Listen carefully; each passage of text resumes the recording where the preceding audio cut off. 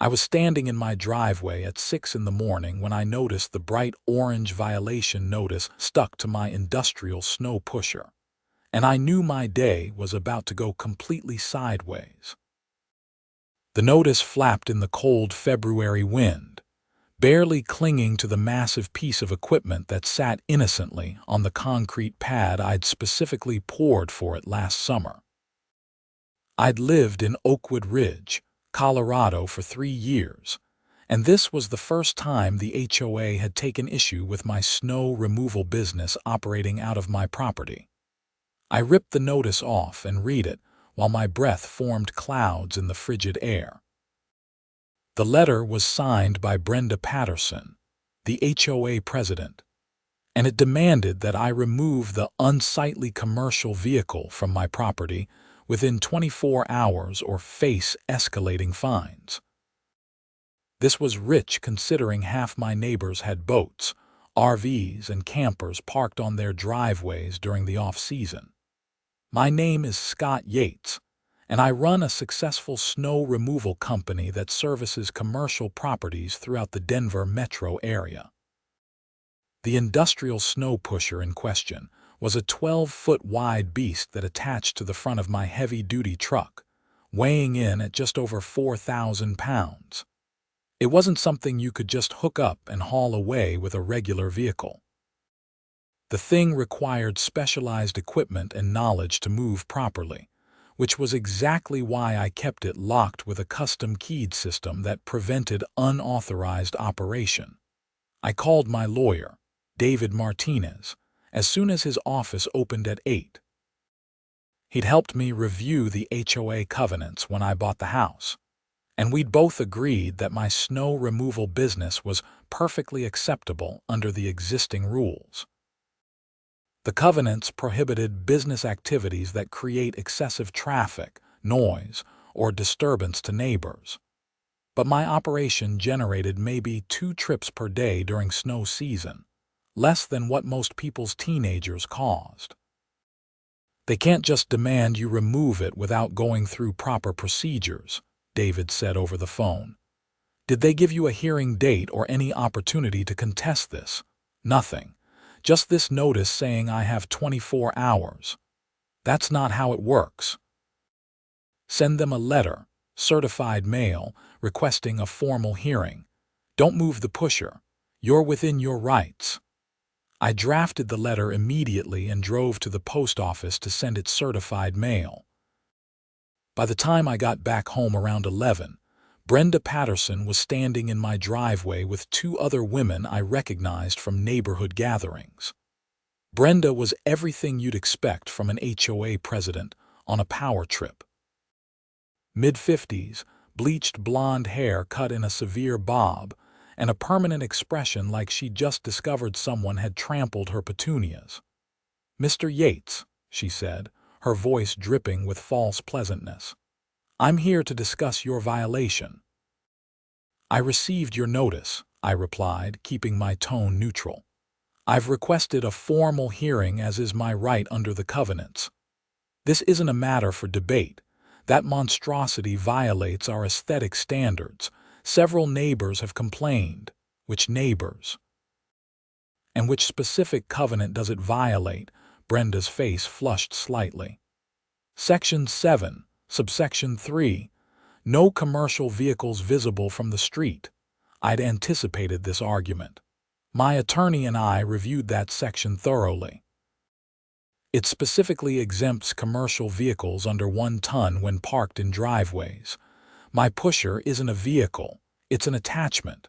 My truck, which is under 1 ton, is parked in my garage. "That's a ridiculous interpretation," one of the other women chimed in.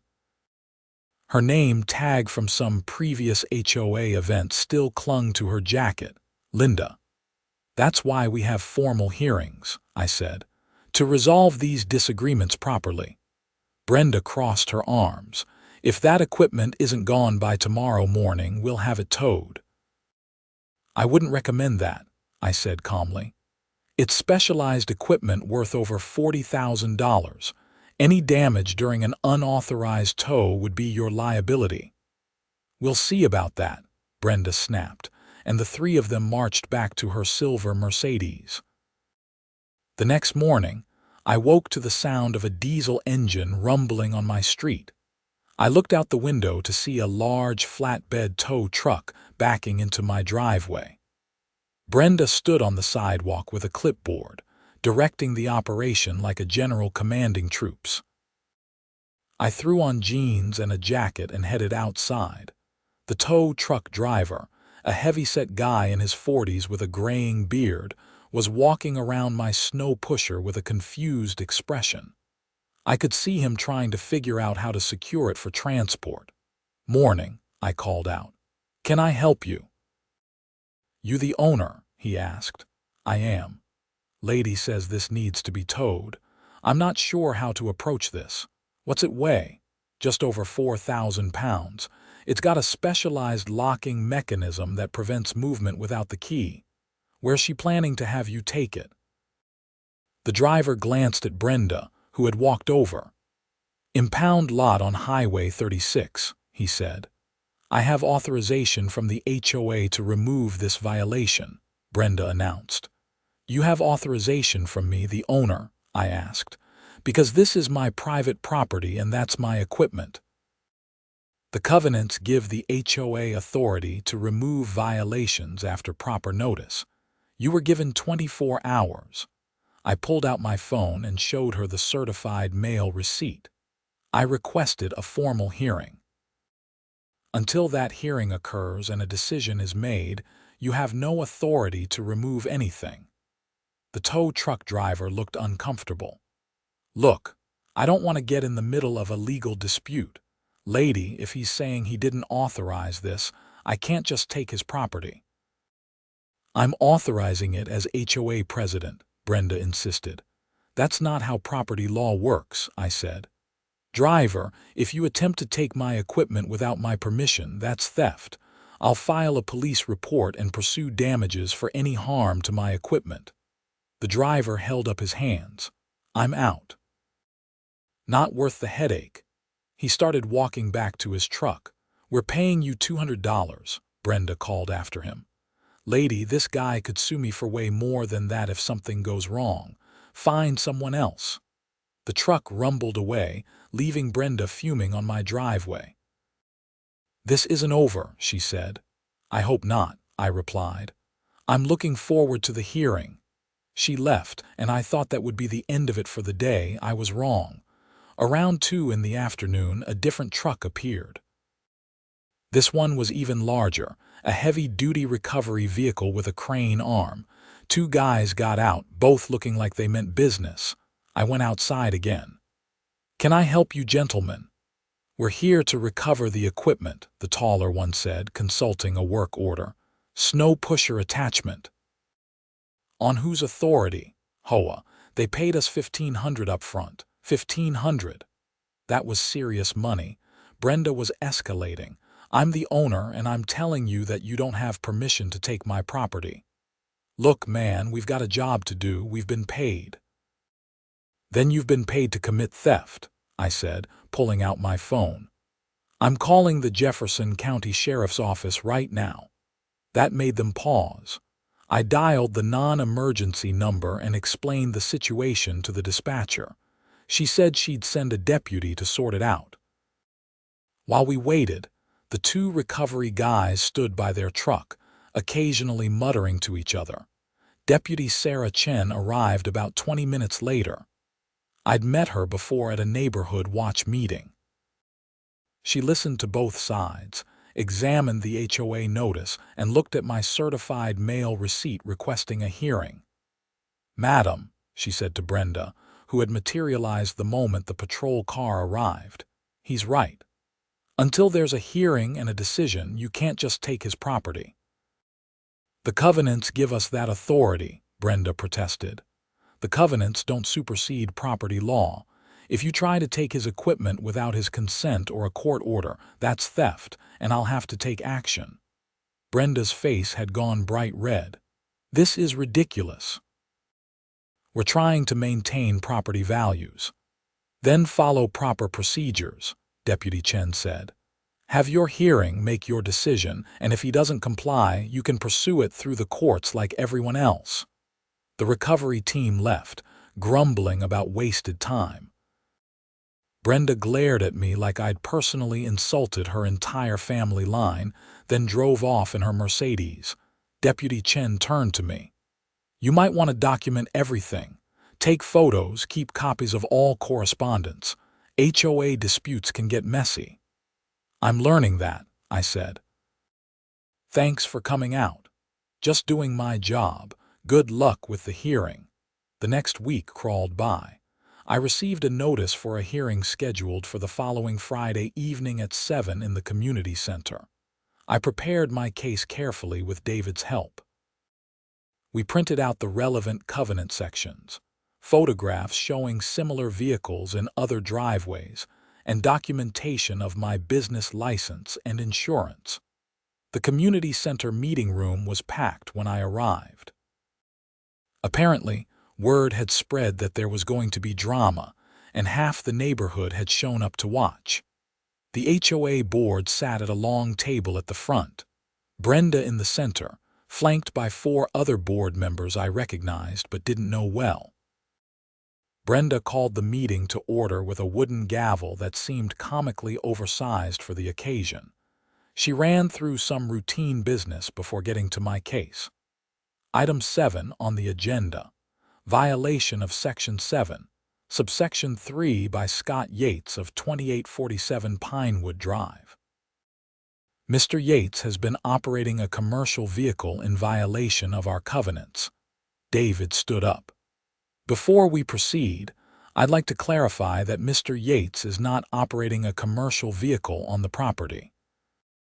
He owns a snow removal business, and the equipment in question is a snow pusher attachment stored on his property. "It's commercial equipment," Brenda countered. "That's the same thing." "Actually, it's not," David continued. "The covenant specifically addresses vehicles, defined in Section 1 as any motorized transportation device. An attachment that requires a vehicle to operate does not meet that definition." One of the other board members, a man named Gregory, leaned forward. "But the spirit of the rule is clear. We don't want the neighborhood looking like a commercial business district. Mr. Yates generates less traffic than a household with teenage drivers," David said. "The covenant prohibits businesses that create excessive disturbance. His operation involves him leaving early in the morning during snowstorms and returning in the evening. No clients come to the property. No employees work from the property. It's simply where he stores equipment." "Several neighbors have complained about the appearance," Brenda said, shuffling papers. "It's an eyesore." "Which neighbors?" I asked. "I'd like to know who's complained." Brenda hesitated. "The complaints were submitted anonymously." "That's convenient," David said. "Mr. Yates has the right to face his accusers. Anonymous complaints shouldn't be the basis for enforcement action." The hearing went on for over an hour. Brenda presented photographs of my snow pusher from various angles, as if documenting a crime scene. David countered with photos of boats, RVs, and utility trailers in other driveways throughout the neighborhood. He pointed out that my concrete pad was actually neater and more organized than most of those situations. Finally, the board called for a vote on whether my equipment violated the covenants. It was 3-2 in favor of finding a violation, with Brenda casting the deciding vote. She looked triumphant as she announced the result. "Mr. Yates, you have 72 hours to remove the equipment or face fines of $100 per day." David stood up again. "The board's decision will be appealed. In the meantime, Mr. Yates will not be removing his equipment or paying any fines." "Then the fines will accumulate," Brenda said with a cold smile. We left the meeting, and I felt a knot of frustration in my stomach. "What now?" I asked David. "Now we take it to real court. We'll file for an injunction preventing them from enforcing this decision while we challenge it." This is a clear case of selective enforcement and improper interpretation of the covenants. How long will that take? Could be months. But in the meantime, they can't do anything to your equipment. David filed the paperwork on Monday morning. By Wednesday, we had a court date set for 3 weeks out. Judge Margaret Foster would hear the case in Jefferson County District Court. In the meantime, the injunction prevented the HOA from taking any action against me or my property. Brenda was furious. She sent a letter to every homeowner in the neighborhood, painting me as someone who was undermining property values and disrespecting community standards. Several of my neighbors actually came by to tell me they thought the whole thing was ridiculous, and they supported me. My neighbor to the left, Tim Rodriguez, had a boat that was at least as visible as my snow pusher. "If they can come after you for that, they can come after any of us," he said. "This is about Brenda wanting control, not about the actual rules." The woman across the street, Janet Kim, agreed. She tried to fine me last year because my grass was a half-inch too long according to her measurements. She had an actual ruler. The board overturned it, but she's been cold to me ever since. I started to realize that this wasn't really about my snow pusher at all. This was about Brenda establishing dominance and showing that she could enforce her will on the neighborhood. I was just the latest target, the 3 weeks before the court hearing passed slowly. I continued my business as usual, which was fortunate because February was turning into one of the snowiest months in years. I was working 12-hour days, plowing commercial lots all over the metro area. My snow pusher was earning its keep, clearing massive parking lots in a fraction of the time it would take with a regular plow. The day before the hearing, something interesting happened. I got a call from Gregory, one of the board members who had voted against me. "Mr. Yates, this is Gregory Hartman from the HOA board. I wanted to reach out to you privately." "Okay," I said cautiously. "I voted that your equipment was a violation, but I've been thinking about it a lot since then. I reviewed the covenants more carefully, and I think your attorney is right. We overreached." "Why are you telling me this?" "Because I'm going to resign from the board. I don't want to be part of this anymore. Brenda is out of control, and the other two who voted with us, Linda and Patricia, they just go along with whatever she says. They don't actually think for themselves." "You know why she's so focused on this?" Gregory sighed. "Honestly, I think she's bored. Her kids are grown, she retired early from her real estate career, and she's got nothing to do all day except find problems in the neighborhood. You just happen to be the most visible target. That's an expensive hobby for me, I know. For what it's worth, I'm sorry. I'll be submitting my resignation tonight. Good luck tomorrow." The hearing was held in a formal courtroom, which made the whole thing feel much more serious than the community center meeting. Judge Foster was a woman in her early 60s with gray hair and sharp eyes that suggested she didn't suffer fools gladly. David presented our case methodically. He walked through the covenant language, explaining why the snow pusher didn't meet the definition of a commercial vehicle. He showed photos of other equipment and vehicles in the neighborhood that the HOA had never taken action against. He presented affidavits from neighbors supporting my position.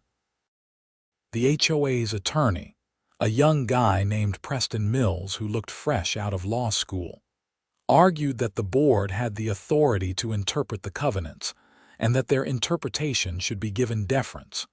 Judge Foster asked pointed questions of both sides. She seemed particularly interested in the selective enforcement issue.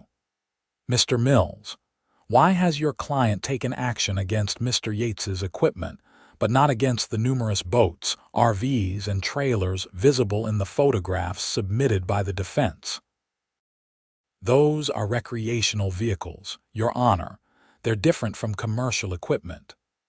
"Are they? The covenant doesn't distinguish between commercial and recreational. It simply prohibits commercial vehicles over 1 ton visible from the street. Mr. Yates's attachment isn't a vehicle at all, and several of those RVs appear to be well over 1 ton. Mills fumbled through his notes. The board believes there's a difference in the aesthetic impact. The board's aesthetic preferences aren't the basis for enforcement, Judge Foster said dryly. The covenants are a contract, and like any contract, they must be interpreted according to their plain language, not according to what someone wishes they said. She took a brief recess to review the documents, then returned with her decision. I'm ruling in favor of the plaintiff. The HOA's interpretation of Section 7, Subsection 3 is overly broad and not supported by the plain language of the covenant.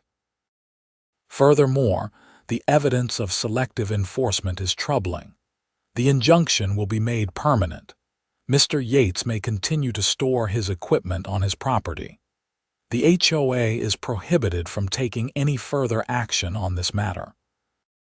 Additionally, I'm ordering the HOA to reimburse Mr. Yates for his attorney's fees, which I find to be reasonable given the circumstances. I felt a wave of relief wash over me. David shook my hand, and we left the courtroom. Outside, Brenda was standing with Mills, her face a mask of barely controlled rage. "This isn't over," she said as we walked past. "Actually, it is," David replied. "And if you attempt any retaliation against my client, we'll be back in court so fast it'll make your head spin." I thought that would be the end of it. The judge had ruled I'd won, and Brenda had been put in her place. But I underestimated her determination to have the last word. 2 weeks later, I came home from a long day of plowing to find my snow pusher was missing. The concrete pad where it normally sat was empty. I walked around the property, thinking maybe I'd somehow misremembered where I'd left it, but no. It was gone. I immediately called the sheriff's office and reported it stolen. Deputy Chen responded again, and I explained the situation, including the court case and Brenda's threats. "Have you had any other interactions with her recently?" Deputy Chen asked.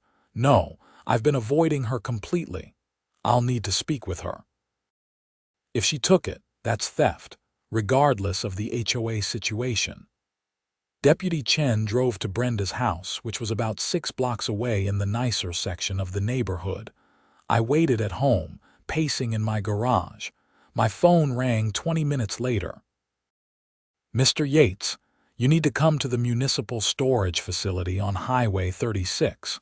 I think we found your equipment." I drove over immediately. The storage facility was a fenced lot filled with impounded vehicles, construction equipment, and various other items the county had seized or stored. Deputy Chen met me at the gate.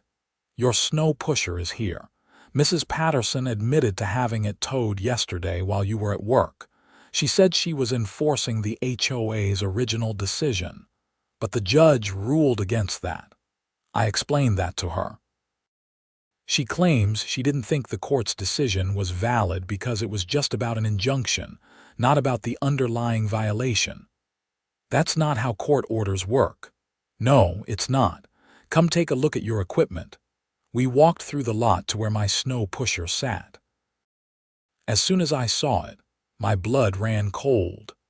They tried to move it without the keys or proper equipment.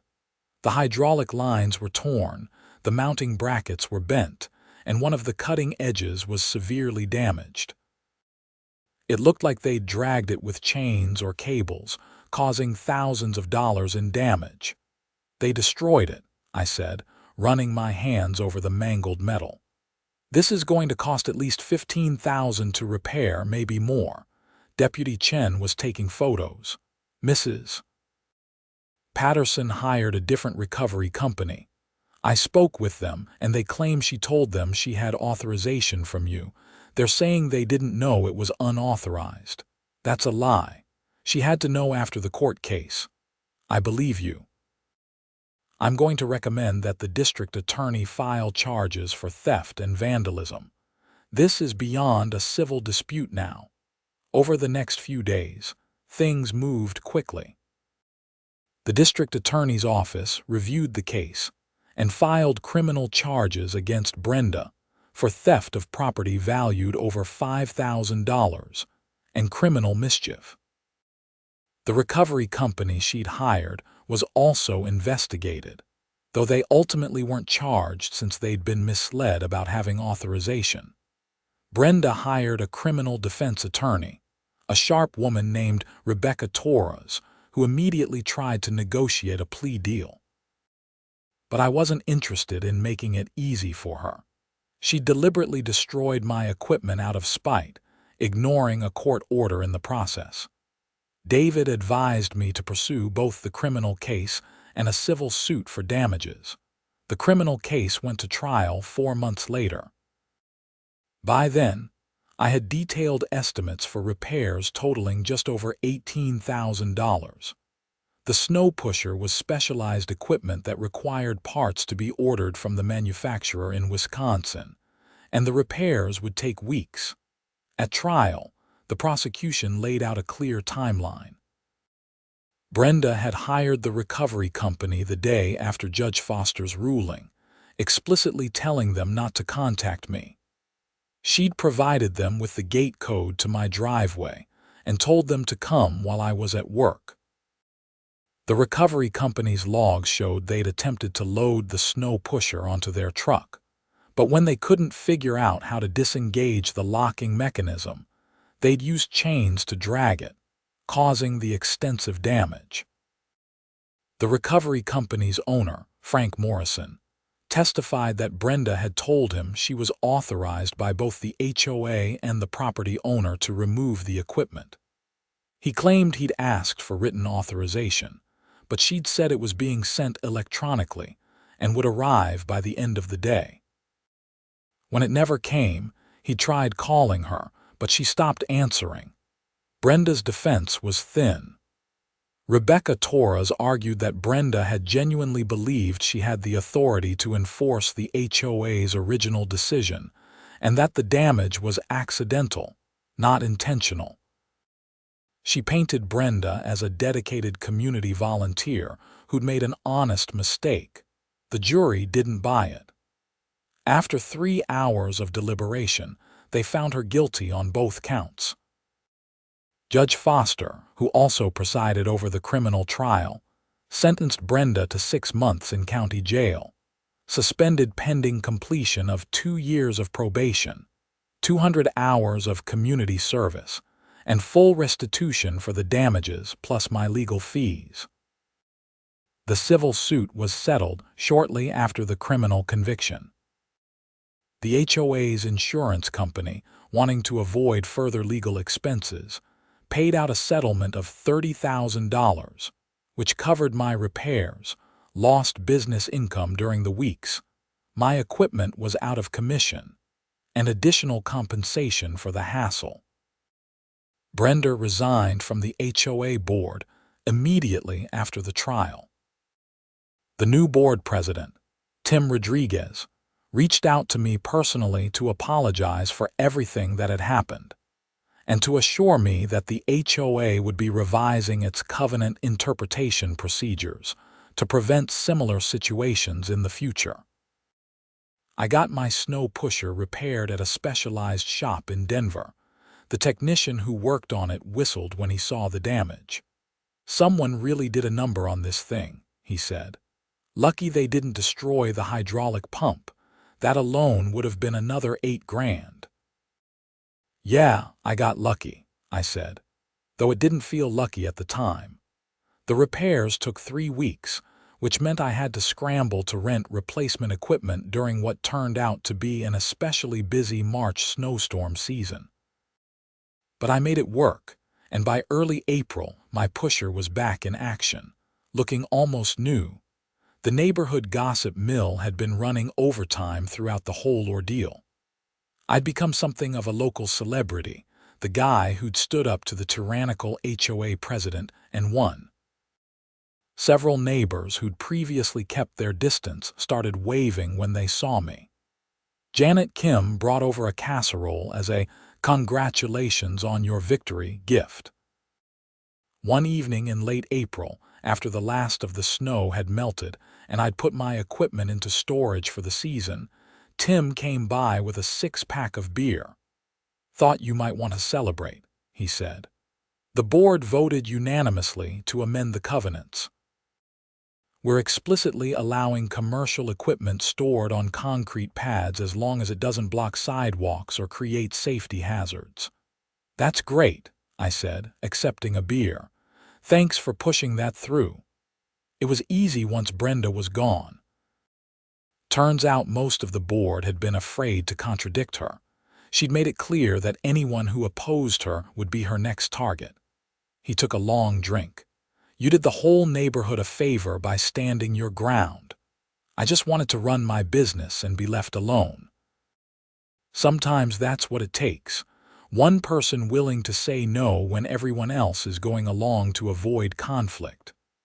We sat on my porch as the sun set, talking about nothing in particular. It felt good to have that chapter closed. The whole experience had cost me time, money, and stress, but at least it was over, or so I thought. A week later, I got a call from Deputy Chen. "Mr. Yates, I wanted to give you a heads up. Mrs. Patterson violated her probation." "What happened?" "She was ordered to stay away from you and your property as a condition of probation. Yesterday, she was caught on a doorbell camera walking up your driveway and examining your equipment. Your neighbor across the street, Mrs. Kim, saw her and called it in." "Is she being arrested?" "She already was. She's in county jail pending a probation violation hearing. Given that this was a blatant violation and she knew exactly what she was doing, the judge will likely revoke her probation and make her serve the original 6-month sentence." I felt a mix of emotions. Part of me was satisfied that Brenda was facing consequences for her continued harassment, but another part of me just felt tired. "Thanks for letting me know. There's one more thing. When we arrested her, she had a key cutter and several blank keys in her car. She told the arresting officer that she was trying to figure out how to make a key for your equipment's locking mechanism. She was going to steal it again. That's what it looks like. We're adding attempted theft charges. This is serious, Mr. Yates. She's obsessed." The probation violation hearing was held 2 weeks later. Brenda appeared in shackles, looking haggard and angry. Judge Foster reviewed the evidence, including the doorbell camera footage showing Brenda clearly examining my snow pusher and taking photos of the locking mechanism. "Mrs. Patterson, you were given an opportunity to avoid jail time. You were explicitly ordered to stay away from Mr. Yates and his property. You violated that order less than 2 months into your probation. Can you explain why?" Brenda's new attorney, a public defender since she'd apparently run out of money for private counsel, tried to argue that she'd simply been walking through the neighborhood and hadn't realized which property she was on. Judge Foster cut him off. "That explanation is insulting to the court's intelligence. Mrs. Patterson lives 6 blocks away. She had no legitimate reason to be on Mr. Yates's property. Furthermore, the presence of key-cutting equipment suggests premeditation. I'm revoking probation. Mrs. Patterson will serve the full 6-month sentence. Additionally, I'm extending the restraining order for 5 years beyond her release date." Brenda's face crumpled and she started crying. "This isn't fair," she sobbed. "All I was trying to do was protect our neighborhood." "You were trying to control your neighbor through intimidation and illegal actions," Judge Foster said coldly. "Your behavior has been escalating and jail time is appropriate. Bailiff, remand the defendant." Watching Brenda being led away in shackles felt surreal. A year ago, she'd been the powerful HOA president who nearly succeeded in forcing me to give up my business equipment. Now she was going to jail for 6 months, her reputation destroyed, her position lost. David called me that evening. I heard about the hearing. How are you feeling? Honestly. A little shell-shocked. I just wanted to keep my snow pusher on my property. I never intended for anyone to go to jail. You didn't make her choices for her. She could have accepted the court's ruling and moved on. Instead, she became obsessed with punishing you. That's on her, not you. I know. It's just a lot. Well, it's definitely over now. She'll be in jail until October, and after that, she's legally required to stay away from you. You can finally move on. The next few months were blissfully quiet. Summer arrived, and I used the downtime to expand my business, picking up several new commercial clients for the next winter season. I bought a second truck and hired an employee, a young guy named Marcus who was eager to learn the business. In October, Brenda was released from jail. I never saw her. According to neighborhood gossip, she'd moved in with her sister in Aurora and rarely came back to Oakwood Ridge. Her house was put up for sale, and it sold within a month to a young family with 2 kids. The new HOA board was functional and reasonable. They focused on actual community issues like street maintenance and neighborhood events, rather than trying to police every aspect of residents' lives. Tim served as president for 2 years before handing it off to Janet, who ran it with common sense and good humor.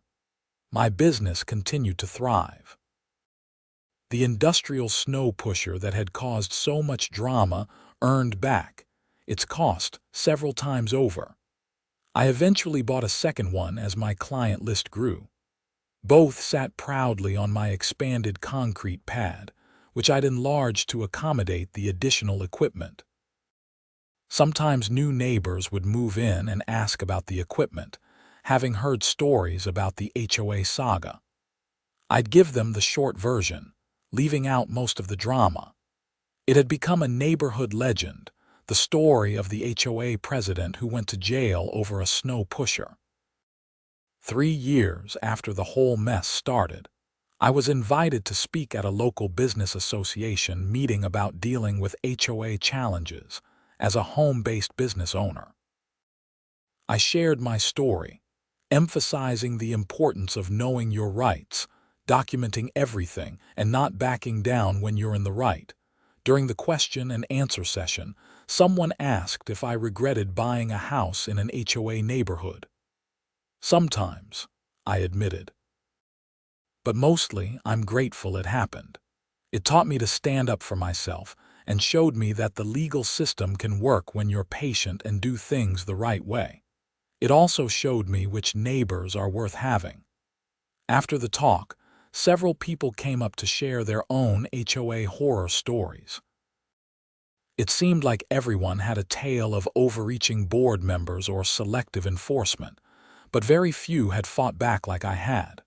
Most people just give in, one man told me. It's easier than fighting, but then the HOA gets more and more aggressive because no one pushes back. He was right.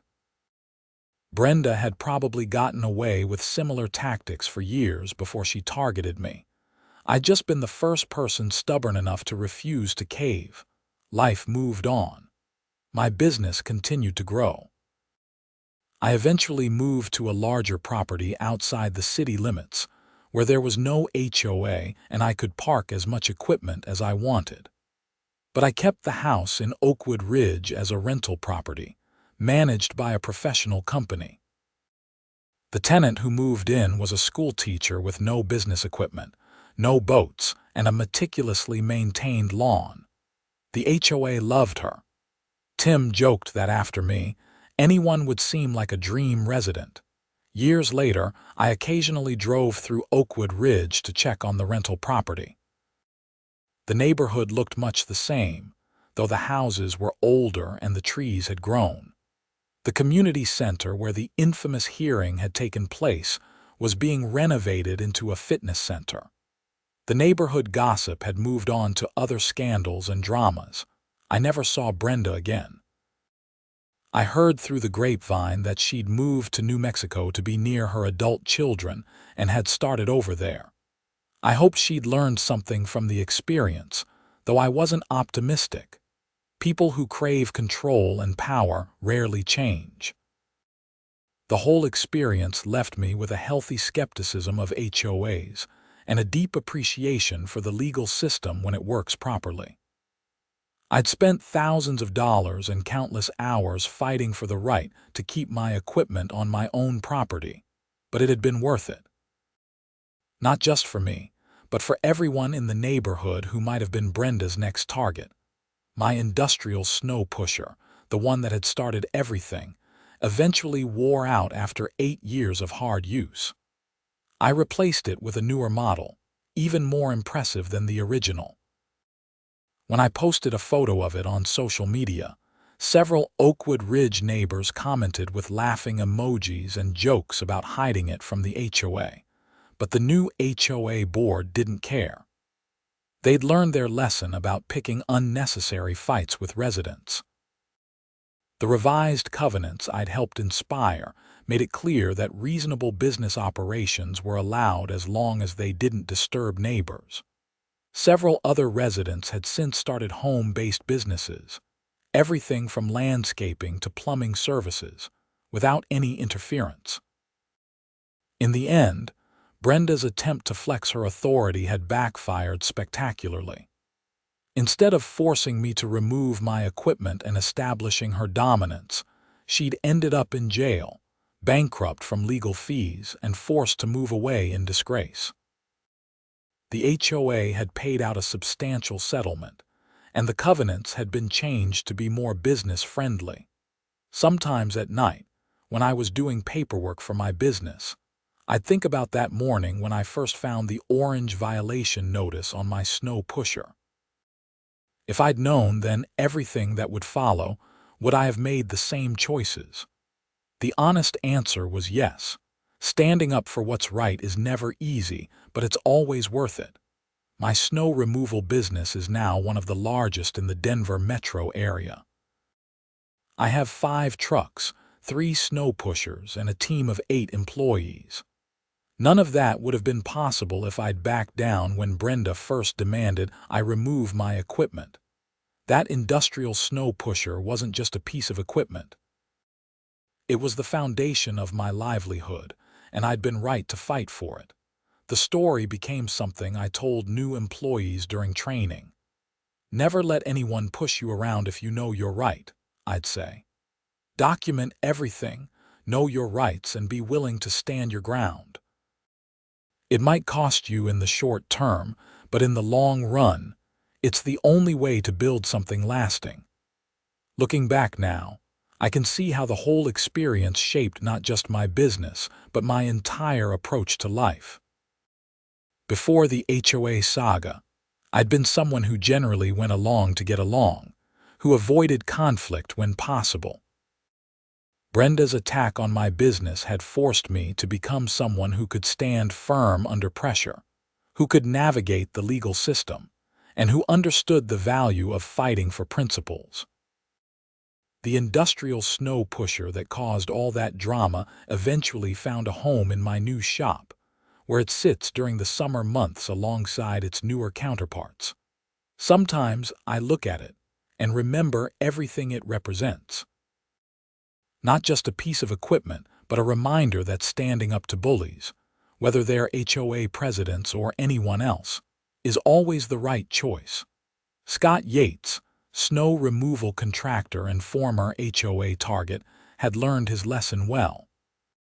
And somewhere in New Mexico, I hoped Brenda Patterson had learned hers too.